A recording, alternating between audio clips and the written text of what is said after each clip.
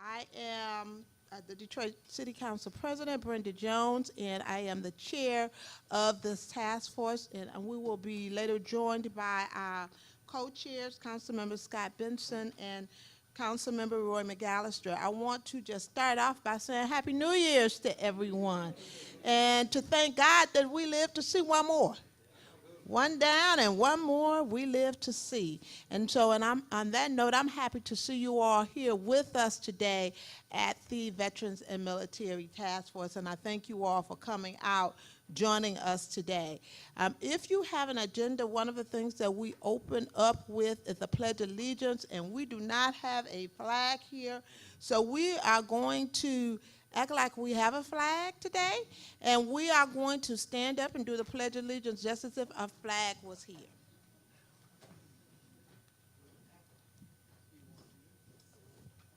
I pledge allegiance to the flag of the United States of America and to the republic for which it stands, one nation, under God, indivisible. Thank you. And if we can just pause for a moment of silence for those that are not here with us today.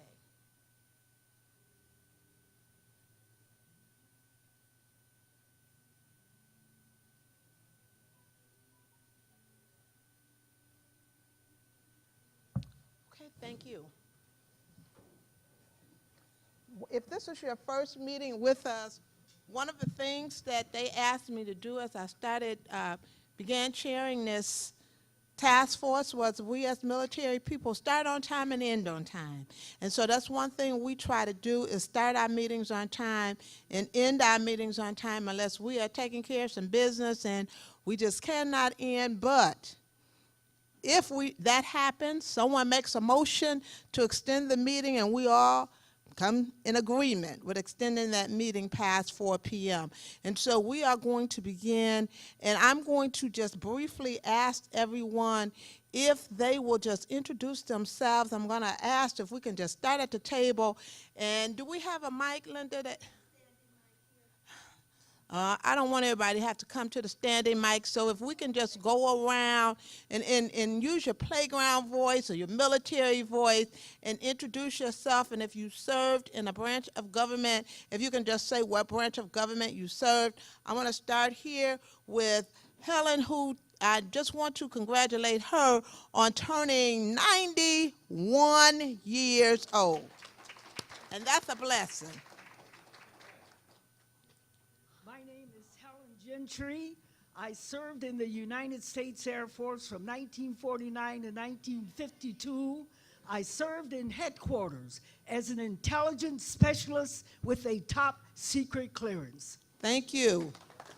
If we can go around and just introduce yourself. If you served, just say where you served. If you just give your name, if you didn't serve.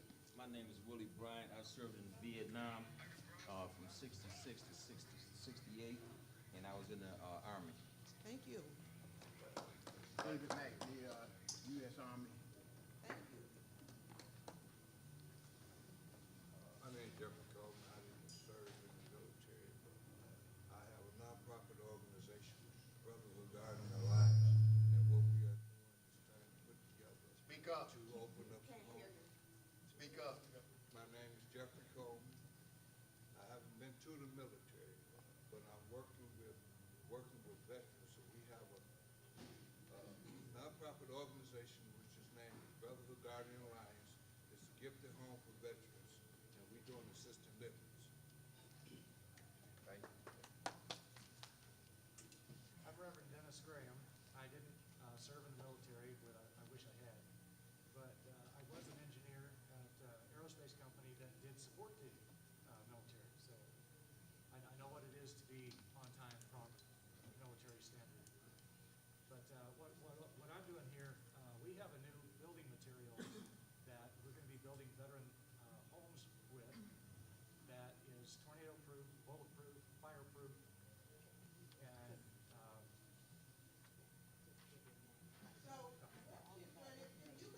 Briefly introduce yourself, because we're going to have open mic after we finish. So just briefly, if you just introduce yourself and say if you served in a branch of government. My name is Sylvester Harris.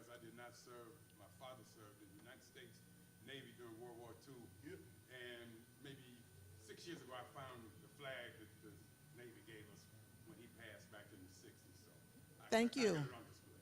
Thank you. Hello, everyone. I am Jennifer Smith. I served 2 years in the United States Marine Corps and 7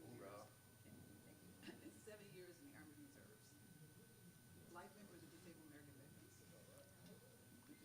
My name is Ron Hager, and I serve in the United States Army, and I represent Detroit, representing the Michigan Department of Corrections right now. My name is Keenan Lumpkin. I'm a U.S. Navy veteran, and I currently represent the Detroit Vet Center of the Department of Veteran Affairs. Good afternoon, everyone. I'm Aaron Murray, also a United States Marine. My name is Samantha Winston. I work for Michigan Veteran Foundation. Bill Browning, Detroit VA Medical Center, U.S. Army veteran. John Gardner, retired United States Air Force, Program Manager for Veteran Hire at Roush. My name is Brandon Butler, served in the United States Navy, in veteran service upstairs.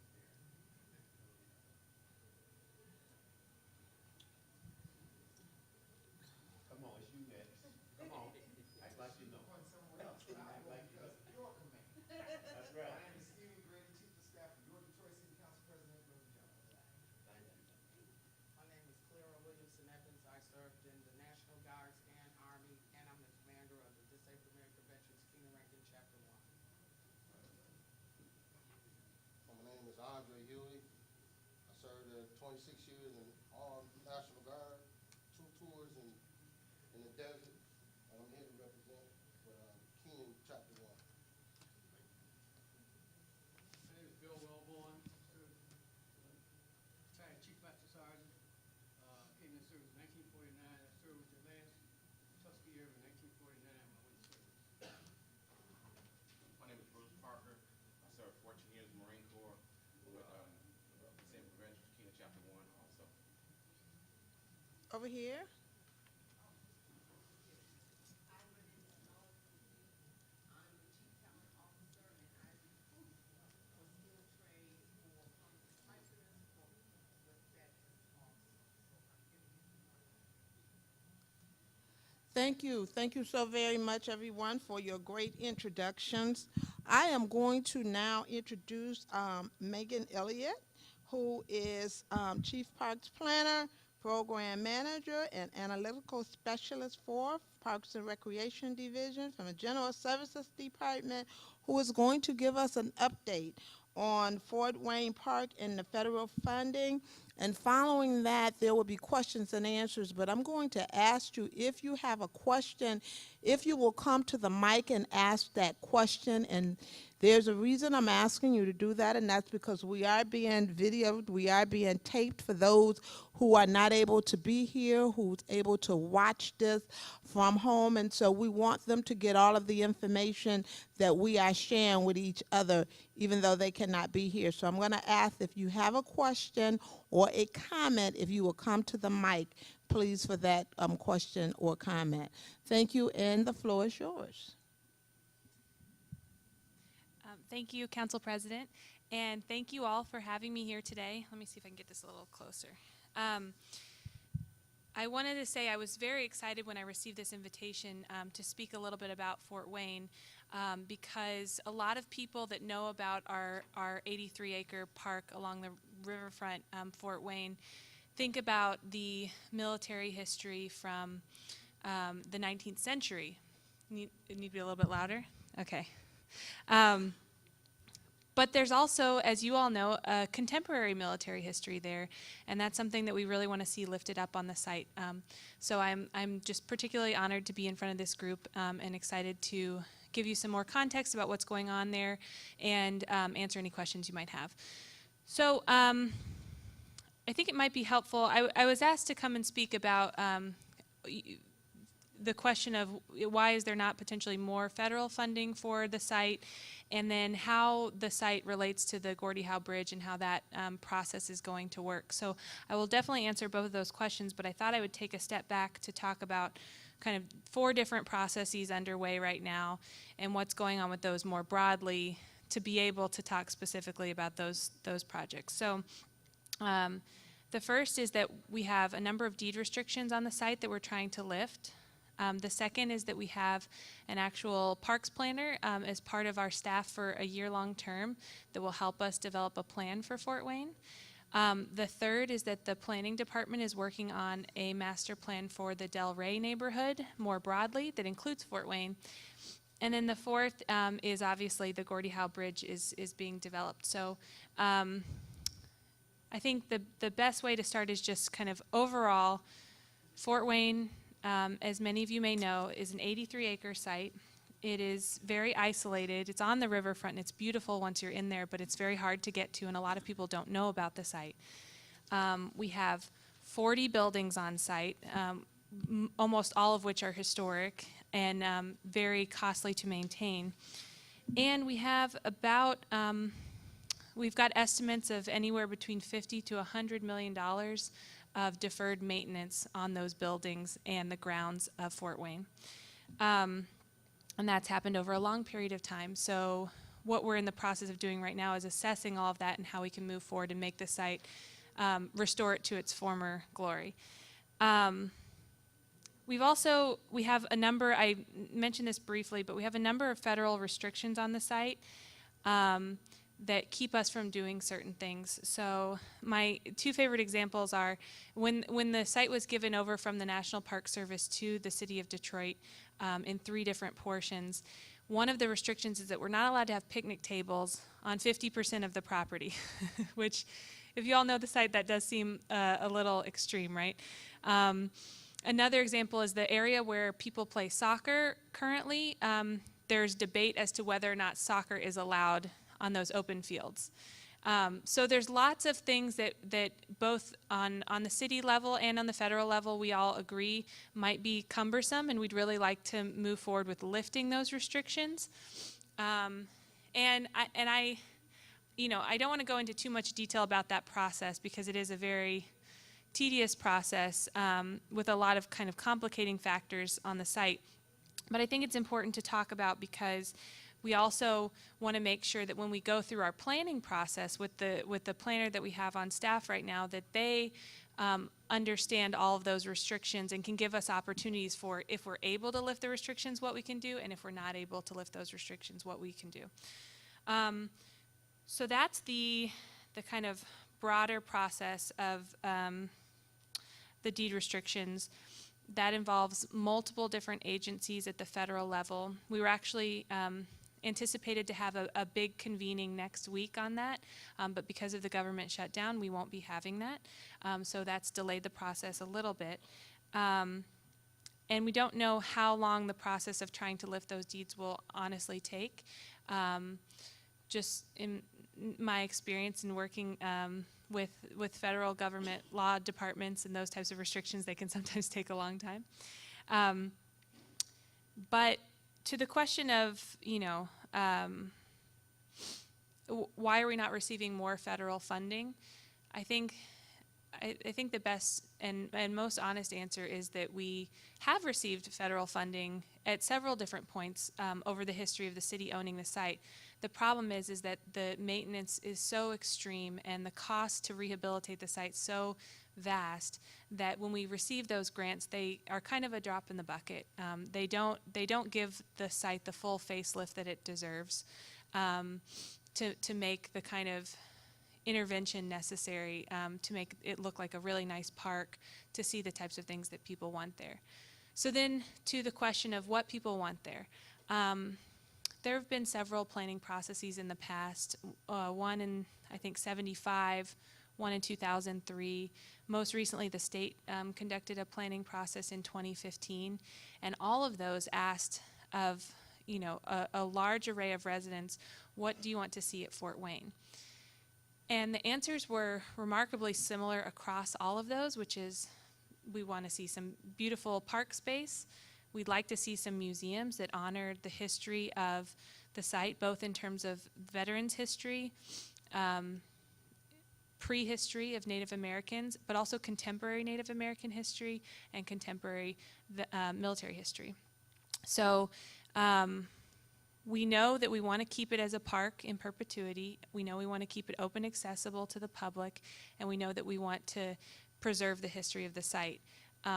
so when we started this planning process that I mentioned just now, one of the things that we were very intentional about was not opening up with that same starting question of what do you want to see at Fort Wayne, because we didn't want to reinvent the wheel again and go through another planning process where we didn't have an immediate impact that you could see on the ground. So where that process is right now is trying to take into consideration all of the different elements at play, both with trying to lift those deed restrictions and figure out phases of what we could do at certain points to make people feel like we are moving towards getting that process underway and opening up the site. I would say one of the complicating but very positive factors is the Gordie Howe Bridge. Complicating because that will be a very large construction process that will further inhibit access to Fort Wayne during the time that it's underway. But at the same time, for a site that is so isolated in so many of the ways that I discussed at the beginning, to be able to have a bridge that's international that also includes pedestrians and bicyclists crossing over that international bridge and landing, the plaza is immediately north of Fort Wayne. So that's, in our perspective, a great asset and something we're really excited about, because then it'll bring more visibility to the site and more people will know about Fort Wayne. As part of those negotiations, we did get a number of concessions for the fort itself. The most significant, I would say, are lighting along Jefferson, a 100-foot green buffer between the plaza and the Fort Wayne itself, a brand new historic fence that will wrap around the entire perimeter of the fort. Let me see if I'm missing something. I did write notes to myself. Adjacent surface lot, parking lot, and then wayfinding for how to get to Fort Wayne when you are crossing over the bridge, either by car or bike or on foot. So those are things that we're very excited about, that are kind of settled parts of that negotiation. We also are making an investment within Parks and Rec of $2 million that we plan in the next 2 years to go directly towards the soccer field area to restore the soil there, create some wraparound amenities, and walking paths, things that basically whatever residents want. So that's up to the community, which includes this group, to help us determine what those amenities will be, and we'll be starting those community meetings this spring. So let me see if there's anything else that I really wanted to cover. Oh, so one other thing that when I was mentioning the planning process, what that planning process is really going to look like. We have the planner that's on our team developing a request for expressions of interest, or request for information. And what that does is it basically sends out a call to anyone that gets this document circulated saying, are you interested in either some sort of a publicly accessible type of development on the site? Are you a nonprofit that wants to do more work on the site? Are you any number of different type of stakeholder? And what are the things that the city needs to do to make that easier for you? And what are the things that you would like to do? And what that request for information allows from us is that we get to see the full scope of everything that people might be interested in doing on the site at Fort Wayne, and then we can publicly vet that and say, we got all sorts of proposals for this, X, Y, and Z. X doesn't actually seem to be in keeping with the character of the site and what we want to see there as a group. But Y does, and how can we support that? Things like that. So that process will be wrapping up this coming fall.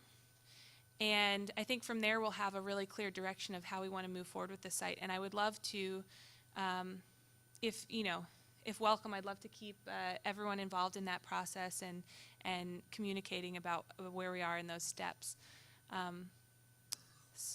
So I feel like I could talk about this all day or for a very short period of time, and in respect for that military efficiency, I'll choose the short version. So if anyone has any questions that or something I might not have addressed fully, I'd love to speak further to that. Again, I want you, come on, Mr. Wilburn, up to the office, up to the mic. I want to note that Megan is here as a result of a question that came to me in regards to federal funding when I was serving my partial term in Congress just last month about why is Fort Wayne not receiving the federal funding or receiving any federal funding until we started doing investigation. And as a result of that, if the question came to me, I figured there was some questions from other people as well in regards to Fort Wayne, and that's why Megan is joining us today to talk about that. Mr. Wilburn? Yes, ma'am. Bill Wellborn. I'm part of the Tuskegee Airmen, and we have our museum on Fort Wayne. One thing we need is a better place to park. We don't have any parking. And that little street, you got to come in there and turn around, and it's hard to turn around that little street right there. Maybe we can put it in the back across the street. And also, is there any plans? I know the building next to it is gone. It's falling apart. Are you referring to the military hospital site? Pardon? The military hospital site? The Or- building right next to Oh, immediately next to your museum. right to Yes, our okay, building. yeah. Is there any plans to enlarge our building, because we don't run out of room now? We got a lot of stuff stored we can't put out. Thank you so much for that question. I will say that the question of if there are any plans to enlarge your building, I think that this is the perfect moment to talk with the group about that. So I know that we have reached out to the Tuskegee Airmen to join. We have an advisory council that meets about once a month. So if I could get your personal contact information to make sure you're kept in the loop for that, I think it would be, this is exactly the kind of feedback we're looking for. So if you need more space, what can we do to help make sure that you have more space, but also that it's safe space that's maintained well, so that we're not, because, you know, as I mentioned, a lot of those buildings, some of them can be easily stabilized and some of them take a lot more work. And so I want to make sure that it's the right space for you and for all of the artifacts in the museum. So thank you. Okay, my name is Helen Gentry, and I have two questions for you. Number one, since it's noted as Fort Wayne Park, have you made any effort to make this park part of the national park system that will ensure adequate fundings? Number two, there is $100 million that has been allocated to Southeast Michigan by a Mr. Wilson. Are you taking advantage of those funds that I believe Detroit is receiving some? Thank you so much for those questions, Ms. Gentry. So first I'll address the question about whether we could take advantage of a partnership with the National Park Service. Unfortunately, I would say at this time, making Fort Wayne a national park does not actually guarantee adequate funding for the site. We have had several conversations with the National Park Service, and there's actually a small fraction of the entire site where technically they are, if it is suggested by the city, they may be obligated to take back over a portion of the Star Fort because of its connection to the War of 1812. So what we're trying to do right now is evaluate whether that is the best option or whether the best option is to keep it under a shared governance system for the entire site and figure out a partnership with the National Park Service, because unfortunately, just in many of the same ways that our city has gone through difficult financial times, the federal government, the sites that they are, forced by law to acquire don't necessarily receive the attention of a Yosemite or one of the major parks in their system. They have many Star Forts where they have the same maintenance problems that we're facing as a city. So we're hoping that we can get a broad coalition of stakeholders together that include the National Park Service, but also include other folks that we can bring around the same table to figure out, is that the best option or not? Because I can see pros and cons for either side. Does that fully address that question for you? Okay, and then to the second question, the $100 million from Wilson, a very generous grant. Unfortunately, much of it is already allocated. So the $40 million, $40 million was made directly to the Detroit Riverfront Conservancy, which is not part of the Parks and Recreation system, for the development of West Riverfront Park. The one benefit I will say is that it's a riverfront park that will be open and accessible to the public, and will be part of the continuity that helps bridge the gap between where Fort Wayne is pretty far south and west along the river to where the riverfront basically starts right now. That funding is already set aside, as well as $10 million that goes towards the Community Foundation, which is setting up an endowment to maintain that particular park in perpetuity. So that's half of the money already in another pot. For the other half, it's focused on greenways and connecting existing greenways throughout the region. So not just in the city of Detroit, but throughout the whole region.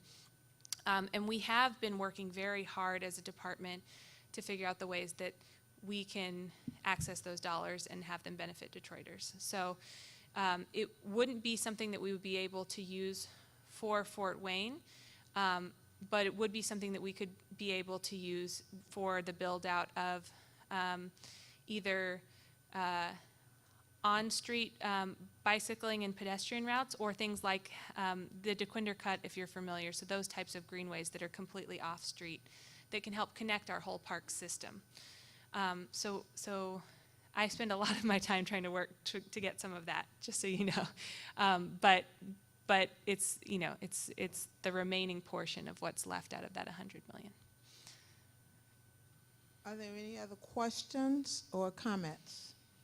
Are there any other questions or comments?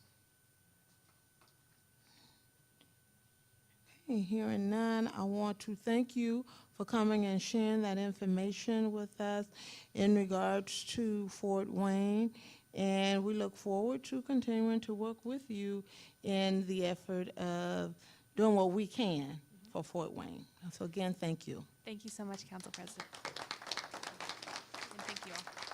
We have been joined by my co-chairs, both Councilmember Roy McAllister Jr. and also Councilmember Scott Benson. So I want to thank them for being here as well. You will hear from them shortly, but before we hear from them, I want to see if there are any updates on any of the committees or any other discussion that we need to have. Any committees, any updates on any of the committees? Do we have anyone here that wants to give, and I don't know, I can't remember, did we give an update on the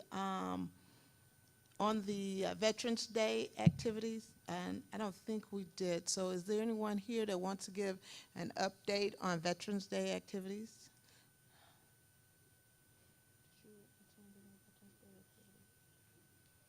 Anyone? Can you come to the mic, please?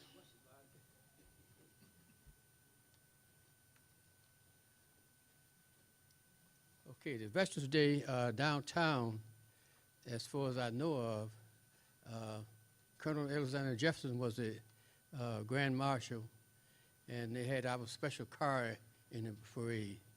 And we had a couple other cars in there. Also, the 11th Precinct, every year, they give a parade too. And we usually attend that when we had to cut our people almost in half, because they had 11th Precinct, had downtown, and I was the Grand Marshal in Frankenmuth. So we had 3 different places we had to go to. And the 11th Precinct always turns out real good. They do it every year. And I just want to give kudos to them, because they do a heck of a job. And everything else is, that's about it for the parade go. I think, did you all have anybody in the parade? So she might have something for you too.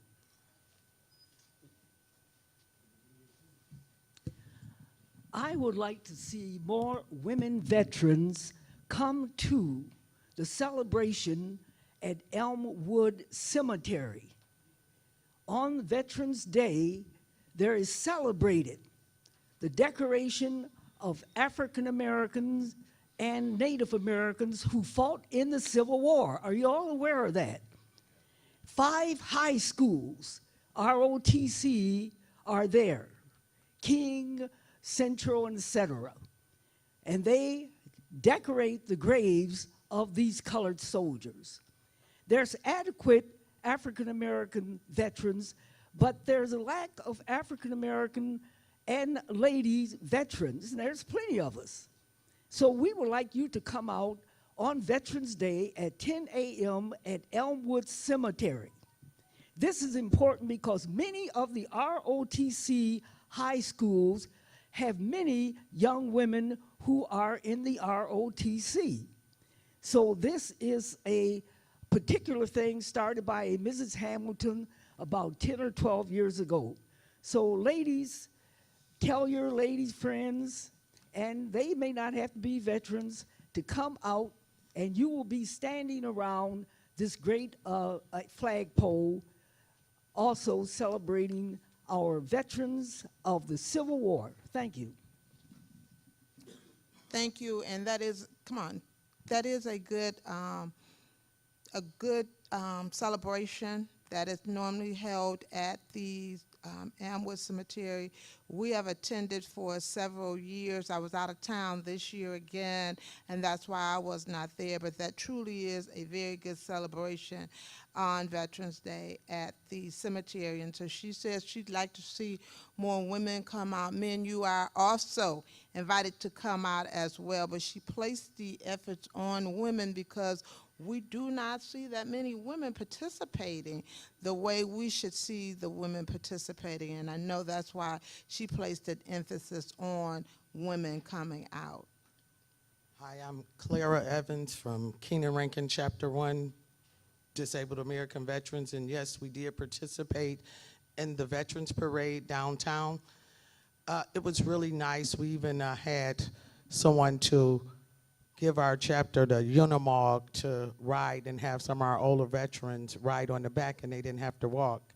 And it was very nice, but I think it should be longer so we can really see, because we didn't have a lot of spectators like we did previous years, but it was still nice. Okay, thank you for that. And I began participating in the very first Veterans Day parade, and that's one thing that I've been saying since, is that we don't have the spectators that we need to have. We should have just as many spectators at the Veterans Day parade that we have at the Thanksgiving Day parade. We should have those same amount of spectators, and so it's up to us to tell people to come out and watch, because it's normally a very good parade to take part in. And so let's promote it. We need to promote it ourselves, to have people come out. We have a lot of people participating, but we don't have the spectators out watching. And so we have to show ourselves and tell people to come out and join us on the Veterans Day parade, that it is the shoulders of the veterans that we stand on. If it was not for our veterans, where would we be today? And people need to not forget that. And so we need to promote all of the Veterans Day activities as well as the Veterans Day parade. Any other committee updates?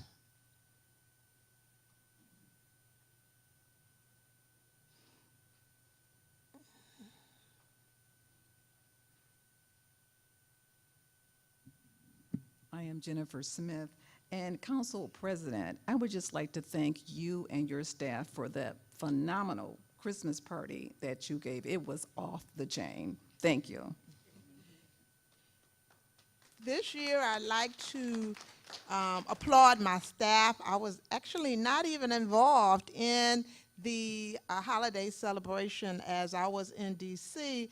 on the congressional leave. And so it was my staff that decided we do this every year, and so we don't want to let it go. And so this year, Team Jones put on the holiday party, and I was out working that day as I come back from D.C., and I was in Inkster and Westland on that particular day and had an opportunity to catch the very end of the holiday party. And so I too would like to applaud my staff on the holiday party. They did an awesome job. And so what that shows is that one person doesn't stop the show. The show continues to run with or without that person. And so I applaud my staff, and also want to say I applaud all those that participated, because what we do is like to give back to the community. And one of the things that happened was that we asked people to donate toys, toiletry for our senior citizens. And as you know, a lot of times our senior citizens have an opportunity to miss out on some of the things during the holidays. And so we asked people to bring toiletries for the senior citizens. And so we were fortunate enough to get a lot of sanitary toiletries such as Depend. And so if you know anyone that is in need, any of our seniors, anyone that is in need of that, please have them contact my office so that we can assist them in those sanitary needs. And so again, thank my staff for doing such an awesome job.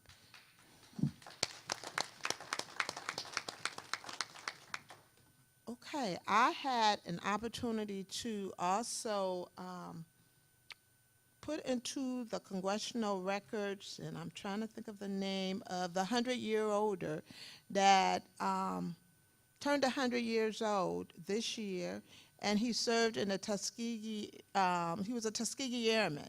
And so I had an opportunity to get that into the congressional records, and we do have a copy of that. I did not bring it with me today, but we do have a copy of that. I know he is actually out of state now, but we would like to get that copy of that congressional records to his family member for that 100-year-older. Any more committee reports, updates?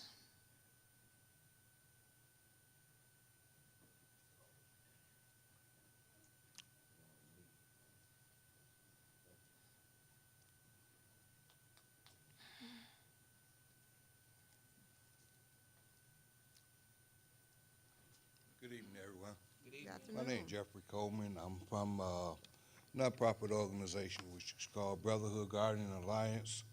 And what we do, is putting together to where so we can open up homes and that to house homeless and disabled veterans. I'm working with Minister Graham.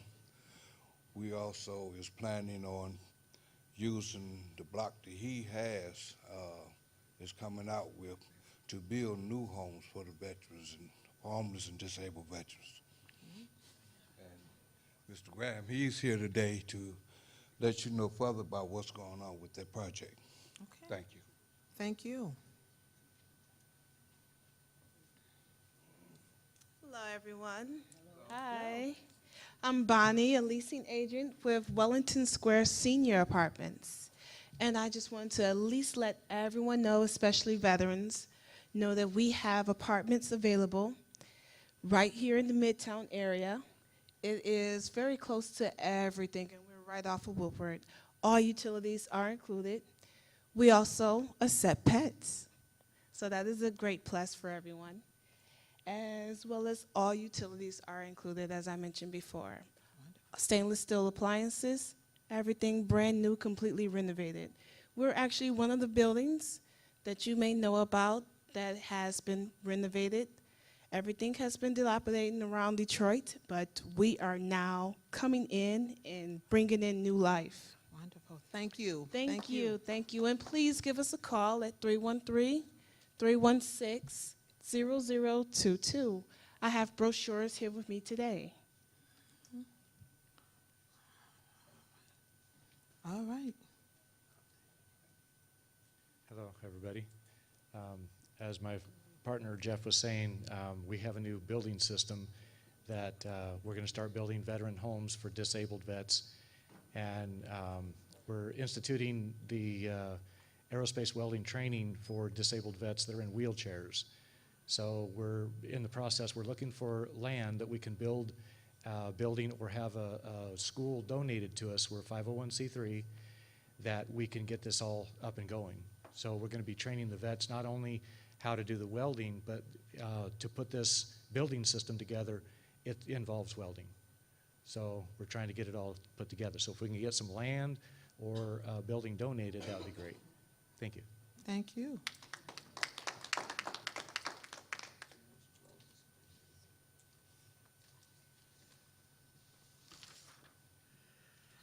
Hello, everyone.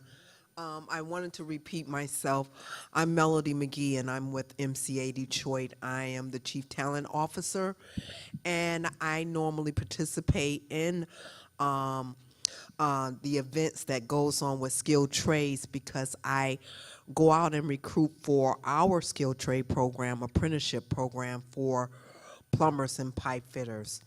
And so I have been participating in quite a bit of veterans affairs, and I'm getting to know them because we have some veterans that are apprentices that have some questions that live within the city of Detroit about housing and additional questions, and I try to assist them with transportation, housing, and any other thing that they need while they're an apprentice.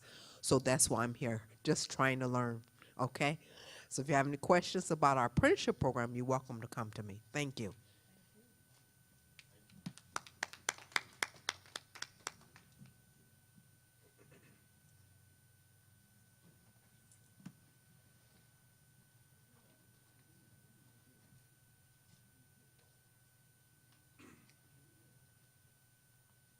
How's everybody doing? My name is Keenan Lumpkin. I'm actually an outreach specialist for the Detroit Vet Center. We do readjustment services for veterans. So what we do is we try to assist veterans from readjusting from military life to civilian life. The main thing that we do is PTSD counseling. On top of that, we provide outreach and referral sources to different VA benefits. We are part of the VA, but not part of the VA hospital.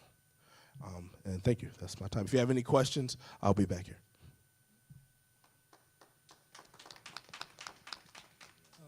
Good evening. I'm Danny Craig. I chair the Veteran Support Group meeting.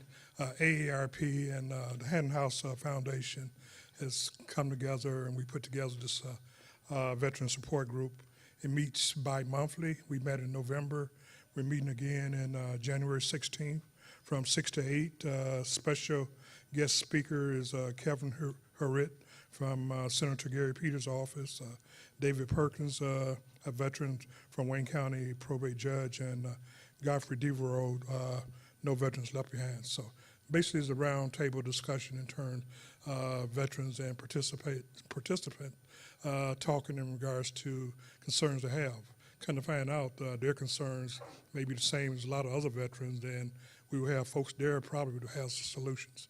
So we'll be doing this, bi-monthly, and so everyone is welcome. We're going to serve refreshments also. Thank you. Mr. Craig, where is that location going to be at? It's going to be at the Haddon House, which is located at 4750 Woodward between Hancock and Forest in Detroit.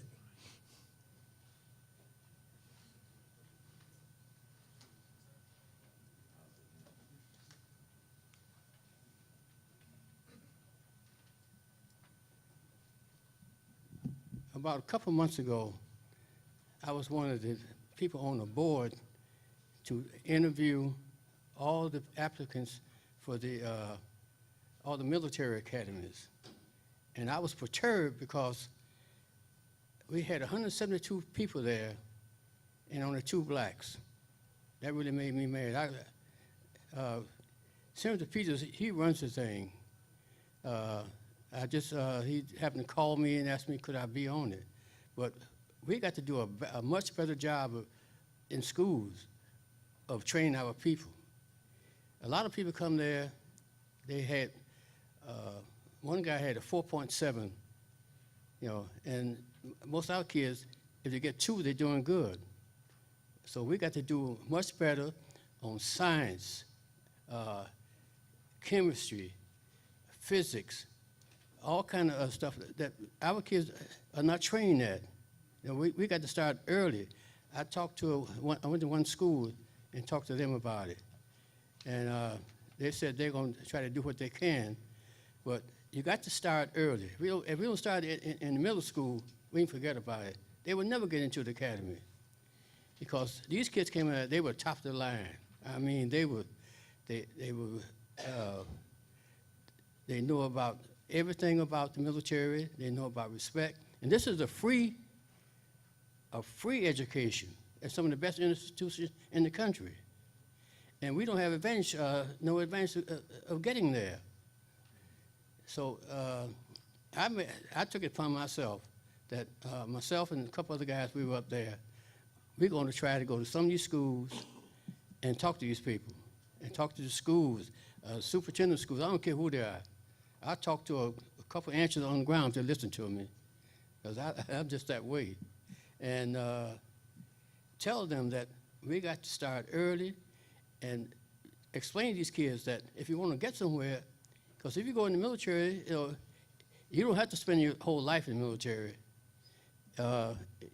If you go there and you graduate and you do your time 6 years, if you want, or else you can stay in, you got a career. In 1980, I was out to the Air Force Academy, and I met the class that's coming in, that graduated in 1984. And out of that class, I know three-star generals that came out of that class. And, you know, when they retired, they got a good retirement, they got everything they want. So I just want to bring that up, that we have to do a lot more. The parents, we got to get behind the parents. Because when those kids came over there, the parents was with them. But our kids go where the parents are not there. And that's what to me, that's what it falls down at, is the parents is not behind these kids. And I want to see more and more parents get out and push these kids. We even train kids out to the airport to fly, but the parents don't want to bring them out there. And we teach them for free. So they got to do a much better job as the parents. If you can come to the mic, No. I know you have a question, but I just want everyone to be able to catch the question that you have that's at home watching it, and then he can respond. Also, I want to say that was also one of the things that was missing out of the 13th Congressional District, and as I said as the congressperson, I was able to recommend 2 to the Naval Academy from the 13th Congressional District, and they had to have a congressperson to sign off on that, and so those applications was just there, and so we were able to get that accomplished during my 35 days that I served. Yeah, I was just wanted to say something to the gentleman here about the Tuskegee. I had took 3 of my grandsons and 4 of my nephews, this was last year, and to the city airport and had them, they took them up, let them fly and that, and they came down, they got certificates that they could take and go to school with. And my grandson, he moved, one of my grandsons, they moved to Texas.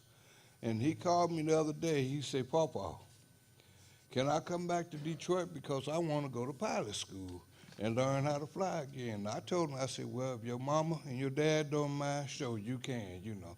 And I really appreciate that because I do a lot of things with the Tuskegee Airmen too. I work with, I can't think of his name right now, Tillman, Bob Tillman. Yeah, yeah, he's a good friend of mine. Yeah, I just want to address that to you. And I thank y'all for that. By the way, to all you veterans, man, I take my hat off to you all. I appreciate the things that y'all have done for us because if it hadn't been for you guys, I don't know where the United States probably would be at. And I really appreciate y'all,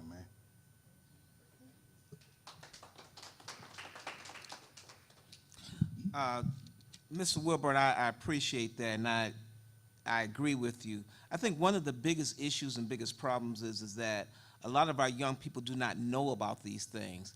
And it's like you said, the word is not out there, and we really need to hit them at that middle grade school, because once they get to high school, it's kind of like, but if we can hit them at the middle junior high schools, then they can have that knowledge, because not only do we look at it as far as the Naval Academy, but you have the Port Authority. That's excellent. Davis Aerosmith, that's excellent.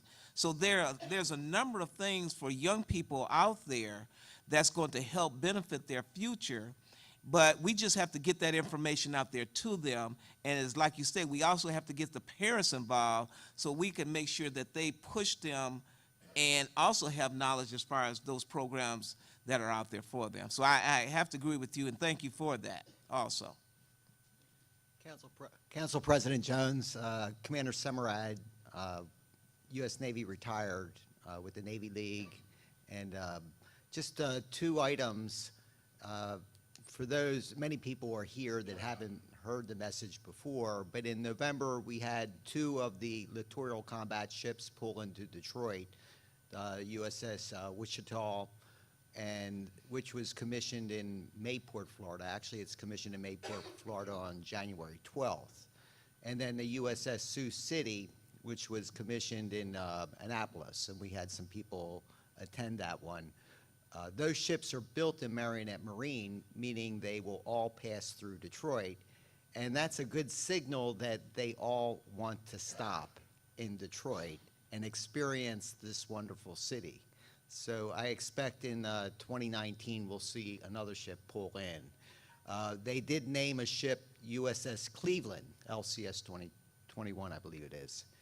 On the second topic, we did complete all the filings for the Broadhead Association, and both with the state and the federal government. And for our guest speaker today, we have a lot in common. You know, Fort Wayne has the challenges of how do you take a historical structure registered with the state and I believe the federal government. Broadhead is in a similar situation. So we may be able to collaborate and come up with some common ground on how we proceed. But so far, we are moving forward and as planned. Thank you. Thank you. I am going to thank everyone for their comments, adding on to this. I'm going to turn the floor over to my colleague, Councilmember McAllister, who has an update. Also to Councilmember Benson for any remarks that he has to make. And then I would also like to thank Paul Johnson for allowing our meeting to be in this space today. This is the space of the Disability Network Association, and so Mr. Johnson is the chair, and I so would like to thank him for allowing us to be here, and he is going to be our last speaker and close us out. And before either speak, I want to just bring to your attention to mark your calendars for February the 12th, March the 12th, and April the 9th. We will be at the Michigan Veterans Foundation at 4626 Grand River in Detroit. I want to also say that if anyone has any information that they need to get out, please see our email Queen Linda Wesley. She will put it on our information that we email out, and you will definitely get that information sent out to everyone. And so to you, Mr. Welburn, if we can get that information so that we can get it out to people about getting those kids involved so that the parents can see it to get their kids involved. So any information, if you can get it to the email queen, and that's what I call her, Linda Wesley. If you've ever received one email from her, you've received 100.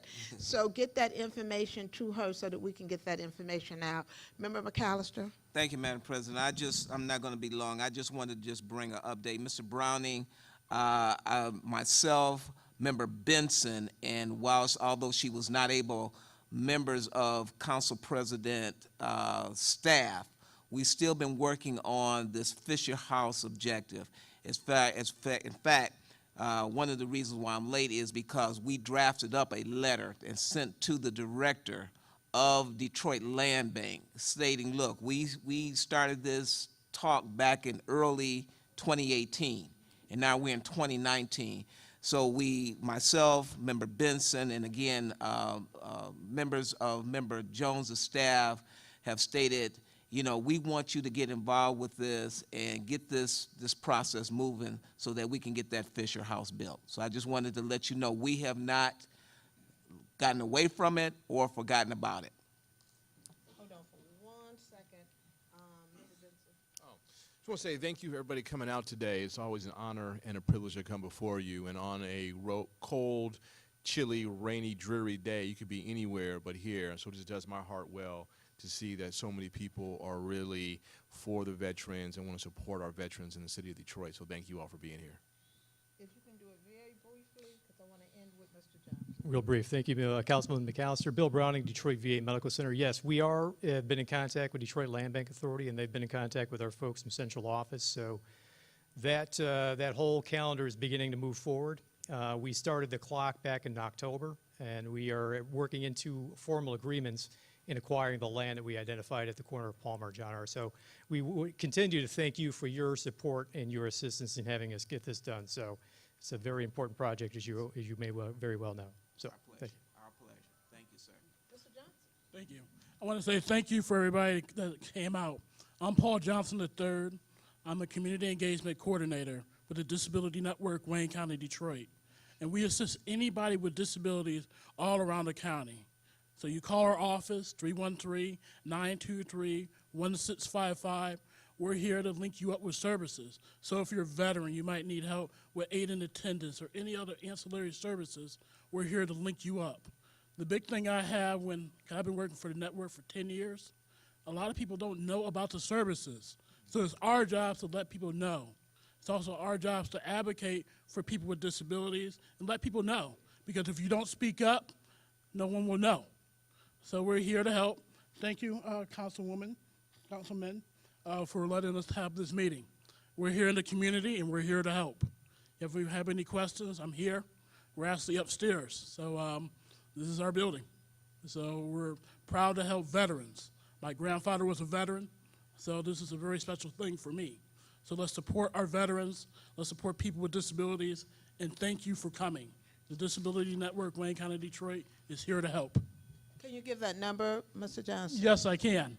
Number is 313-923-1655, and 313-923-1655.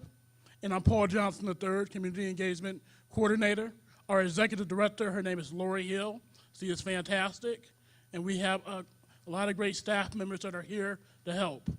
70% of our staff members have to have a disability, because if we're the Disability Network, you have to have a disability. A staff member back there, name is Mr. Butler.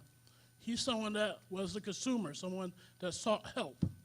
He's a veteran. He was homeless, and he worked his way through the system to find housing. That's an example of the Disability Network. We're consumer-driven, and you lead by example and experience. So we're here to help. So thank you again. You can reach us again at the Disability Network, Wayne County, Detroit, 313-923-1655. Thank you. Thank you. Again, I want to thank all of you for coming out. I want to thank our camera crew, as usual, for being here with us, for those that are not able to come out to the meeting and able to actually get the information that we have discussed at the meeting. Again, thank you for being here. We look forward to seeing you next month, February the 12th, I believe it is. Yes, ma'am. At the Michigan Veterans Foundation, located at 4626 Grand River in Detroit. Also, we do have a Skilled Trades Task Force meeting coming up on Wednesday, January the 23rd, from 4 p.m. to 6 p.m.